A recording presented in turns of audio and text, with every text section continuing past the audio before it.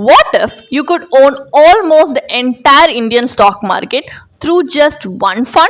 No stock picking, no sector bets, just broad exposure to India's growth story. That's exactly what the DSP Nifty 500 index fund aims to do. But does buying the whole market automatically make investing safer, or does extreme diversification comes with its own limitations? Let us break it down in detail in this video. Hi there, welcome back to holisticinvestment.in, where we help individual investors like you to make the right financial and investment decision to reach your financial goals in a more faster and smarter way. Now, before analyzing this fund, let us first understand a few basic details about it. So, as an NFO, it opens on 19th December 2025 and closes on 30th December 2025. So, some of the key features of the fund are: this is an open-ended fund type which belongs to the category of equity flexicap, and it has Nifty 500 TRI as its benchmark index. There is no entry or exit load as well,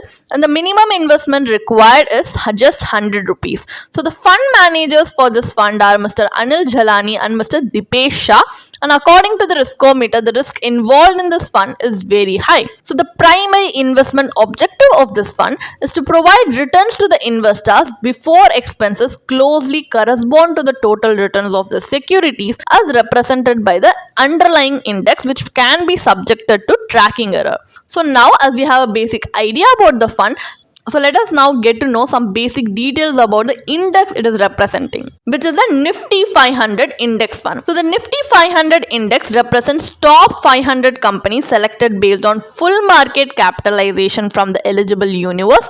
So the index is computed using free float market capitalization method, and this index can be used as a variety of purpose such as benchmarking fund portfolios, launching of index funds, ETFs, and other structured products. So on the screen here, we have presented all the sectors that are represented in the index, starting from financial services, information technology, to textiles, media, entertainment, and publication to diversified. So there are also top 10 holdings of the index which we have presented.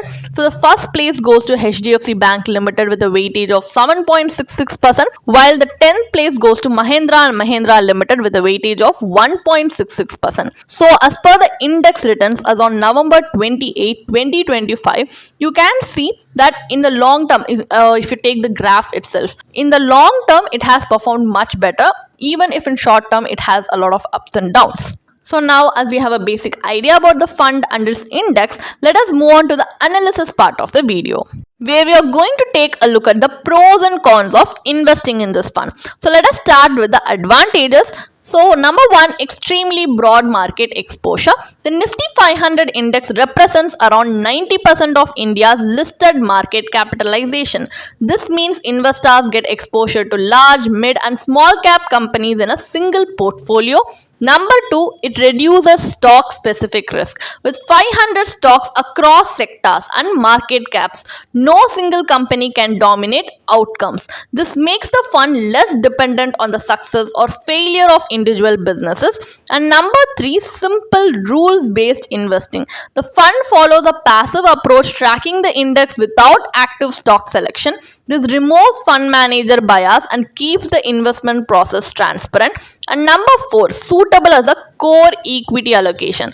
For investors seeking a one fund equity solution, this index can act as a broad market base.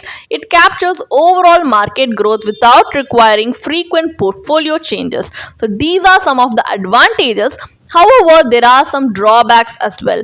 Like number one, an index fund buys all stocks in the index, like good, average, and weak alike. There is no filtering based on valuations or business quality.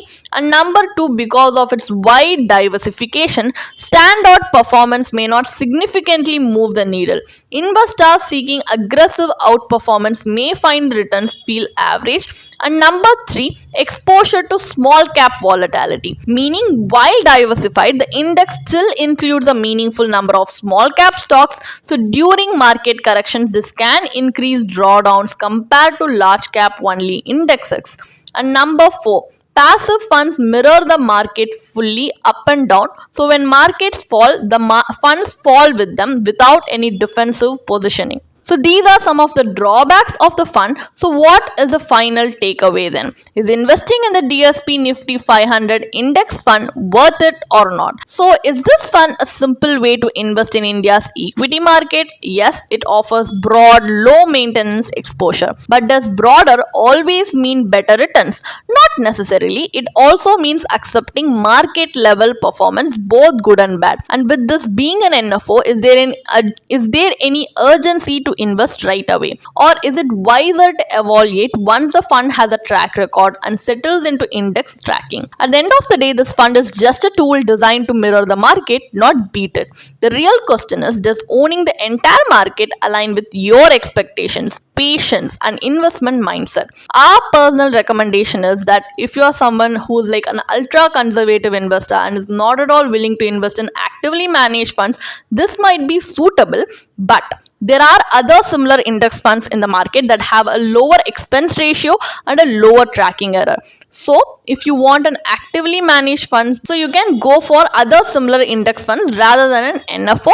And also if you want to deliver higher returns, then you can also choose actively managed funds which have the potential to deliver higher returns than an index fund. So as an investor, if you need professional guidance, you can consult with your financial planner who will look into the fund's suitability of investment objective, risk profile, overlap ratio, and allocation to see whether that truly aligns with your risk tolerance and your investment objectives, and strategically guide you towards better outcomes. If you want to read more about this policy, then you can definitely check out the blog post we have posted on our website through the link in the description.